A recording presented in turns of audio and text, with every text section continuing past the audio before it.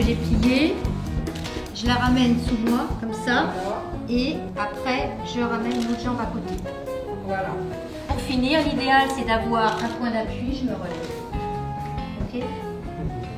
La formation bien-être et autonomie s'adresse principalement à des seniors de plus de 60 ans, vivant dans un lieu qui peut être considéré comme un logement, puisque une partie de la formation est dédiée à la prévention. 3 thématiques sont au programme. La première journée est dédiée à la prévention, depuis la prévention des accidents de la vie domestique à la prévention des chutes, qui est l'accident qui concerne majoritairement les seniors.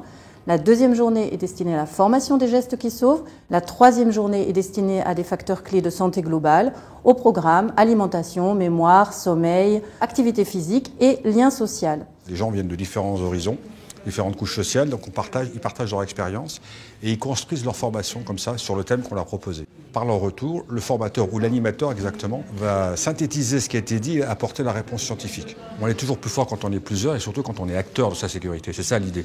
Plutôt d'être spectateur, attendre que ça se passe, je peux réagir. Donc on recrée ce lien social. Voilà l'idée un peu de bien-être autonomie des seniors développée par la Croix-Rouge française. On s'aperçoit que grâce à cette formation, qui est basée sur des actions surtout, grâce également aux intervenantes et surtout aussi au matériel pédagogique qu'ils utilisent et qu'ils maîtrisent bien, tout devient clair. C'est vraiment positif, quoi.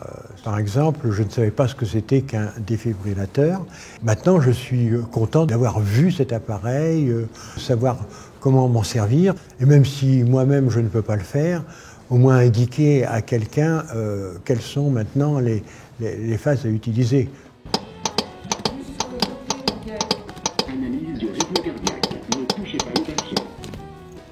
Cette formation, elle m'a apporté une belle notion sur les échanges avec d'autres seniors, des éclaircissements également sur ce que je pourrais faire en intervention, alors que j'étais toujours en hésitation des bons ou des mauvais gestes à faire.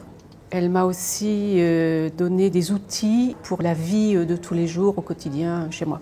Cela me confirme qu'il faut que je m'achète un escabeau plutôt que de monter sur mon tabouret et qu'il faut être vigilant pour continuer à vivre bien.